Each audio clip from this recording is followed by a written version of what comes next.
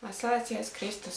Lieldienu vēstneša numurs sākas ar rakstu: Ticības nakts ir beigusies, Kristus ir augšām celies. Terēza Druka raksts pārdomām. Latvijā. Lieldienu laiks baznīcā.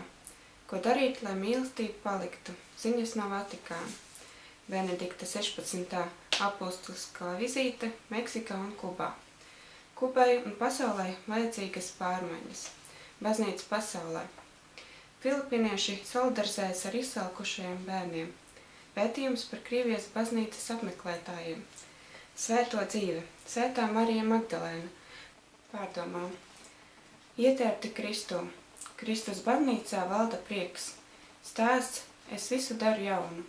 Interesanti. Ik diagnāze nenozīmē dzīves beigas. Raksts par Dauna sindromu. Vai katolim ir tiesības slimnīcā saņemt garīgo aprūpi? Jubileja. Ērģelniekam Mamertam Celminskim 100. Lasītājs jautā, priesteris atbild: vai varu palūgt skaidrojumu par katoļu baznīcas svinamajiem svētkiem un ievērojumām dienām? Fotoreportāža no konferences Lurdā. Sludinājumi.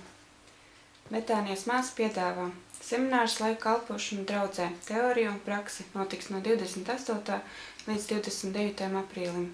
Un dejas rekolekcijas notiks no 20. līdz 22. aprīlim. Rīgā Svētā Jāzepa klosterī. Ir iznācis atkārtots izdevums grāmatai Aicinājums – garīgie vingrinājumi ikdienai.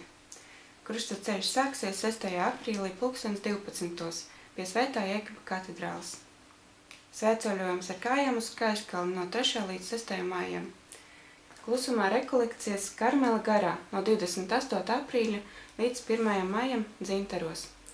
Svētīgas Lieldienu svētkus, pagaidām viss līdz nākamajam umuram.